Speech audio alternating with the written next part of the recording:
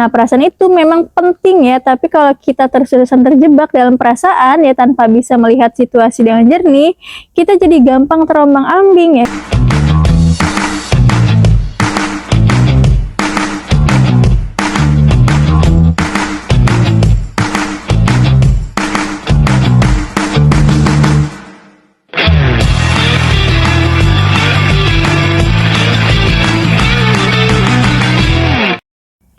Halo guys, selamat datang di Steven Family bersama aku Ami. Oke guys, kali ini kita akan bahas apa aja sih hal yang bisa bikin feeling jadi kurang cerdas. Nah, feeling itu kan ya kamu itu lebih sering mengambil keputusan berdasarkan perasaan ya dan emosi dibandingkan logika semata.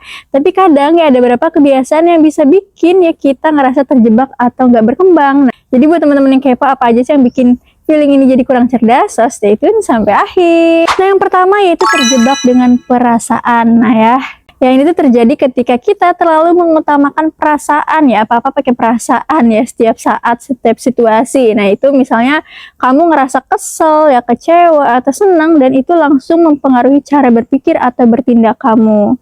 Kita mungkin membuat keputusan yang kurang rasional ya atau bahkan menyesali nantinya. Misalnya kalau kamu lagi marah ya dan langsung membalas pesan dengan kata-kata kasar ya, bisa jadi kamu bakal nyesel setelahnya gitu ya. Tapi kalau kita terus-menerus ya mengikuti arus perasaan ya, kita jadi nggak bisa membuat keputusan yang matang. Jadi penting banget ya untuk belajar mengenali dan mengendalikan perasaan kita ya, bukan berarti mengabaikan perasaan, tapi coba untuk memberi ruang sejenak sebelum bertindak supaya bisa lebih objektif. Yang kedua yaitu keras hati ya, kemudian ya berikutnya adalah masalah yang sering bikin feeling ini jadi kurang cerdas, yaitu keras hati dan moody. Kadang kita bisa sangat keras kepala ya dengan apa yang kita rasakan, dan kalau perasaan kita lagi nggak enak ya bisa jadi kita jadi sulit untuk melihat sisi positif atau memahami orang lain. Contohnya ya, kalau kamu lagi moodnya gak bagus ya mungkin kamu jadi lebih gampang tersinggung dan kurang bisa menerima masukan dari orang lain. Ya padahal ya bisa jadi masukan itu berguna banget buat perkembangan kamu. Nah, kalau kita terlalu keras hati dan sering berubah-ubah suasana hati ya, kita jadi sulit untuk menjaga hubungan yang sehat dengan orang lain. Jadi ya cobalah untuk lebih fleksibel dan terbuka dengan perasaan kita ya. Jangan biarkan mood kita yang berubah-ubah mengontrol ya cara kita berinteraksi dengan dunia. Ya, dengan belajar untuk lebih stabil dalam perasaan ya kita bisa lebih mudah menghadapi situasi dan orang lain ya dengan kepala dingin dan hati yang lebih lapang. Nah, selanjutnya yang ketiga itu malas ya, senangnya tuh instan. Nah, ini kita seringkali ya merasa nyaman dengan kenyamanan sesaat ya, seperti mencari hiburan atau kesenangan instan ya untuk mengalihkan perasaan yang gak enak. Contohnya ya mungkin kalau kamu lebih memilih main ponsel ya, atau handphone ya, atau nonton film daripada menyelesaikan tugas atau hal-hal yang lebih penting. Memang nggak ada yang salah ya dengan menikmati hiburan, tapi kalau kebanyakan ya kita malah jadi malas untuk mengambil tindakan yang lebih produktif dan bermanfaat.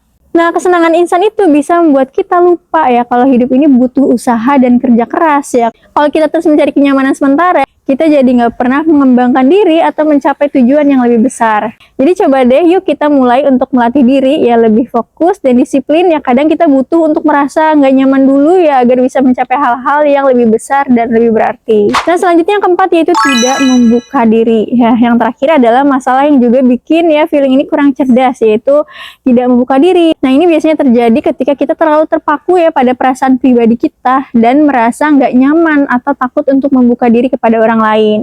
Nah, kita bisa merasa takut ya untuk menunjukkan perasaan kita atau bahkan mendengarkan perasaan orang lain karena ya kita merasa itu akan membuat kita rentan atau cemas ya, padahal membuka diri itu penting banget ya untuk perkembangan pribadi dan hubungan yang sehat. Ya, dengan buka diri kita bisa belajar ya banyak dari orang lain dan memperbaiki cara kita melihat dunia. Jadi coba deh ya mulai untuk lebih terbuka dengan orang-orang di sekitar kita ya, jangan takut untuk berbagi perasaan atau bahkan mendengarkan orang lain. Ya, dengan begitu kita bisa belajar untuk lebih memahami diri kita sendiri dan orang lain dengan lebih baik lagi. Jadi kesimpulannya apa aja sih yang bisa bikin ya feeling ini ngerasa kurang cerdas ya? Yang pertama adalah terjebak dengan perasaan ya. Jadi jangan terlalu mengandalkan perasaan ya untuk mengambil keputusan. Jadi cobalah untuk memberi ruang sejenak sebelum bertindak. Nah, yang kedua itu keras hati ya. ya. Dan kemudian ya jangan biarkan mood yang berubah-ubah ya menguasai diri kita. Jadi belajarlah untuk tetap stabil dan terbuka. Yang ketiga itu malas dan senang instan ya. Hindari mencari kenyamanan instan yang bisa membuat kita malas. Jadi fokuslah pada tujuan jangka panjang. Nah, yang keempat yaitu tidak membuka diri. Ya, jangan takut untuk membuka diri dan berbagi perasaan, yaitu adalah kunci untuk belajar dan berkembang. Jadi yuk teman-teman kita lebih sadar ya dengan perasaan kita dan belajar untuk menghadapinya dengan bijak. So buat teman-teman yang pengen lebih kenal lagi sama dirinya dan pengen jadi promotor buat bantu orang-orang menemukan jati diri yang sesungguhnya, yuk ikutan WSL 1 dan WSL 2 sekarang. So buat teman-teman yang belum tes Stevin, tesnya di Stevin Family. Dan yang mau join community, joinnya di Stevin Family bersama sukses mulia.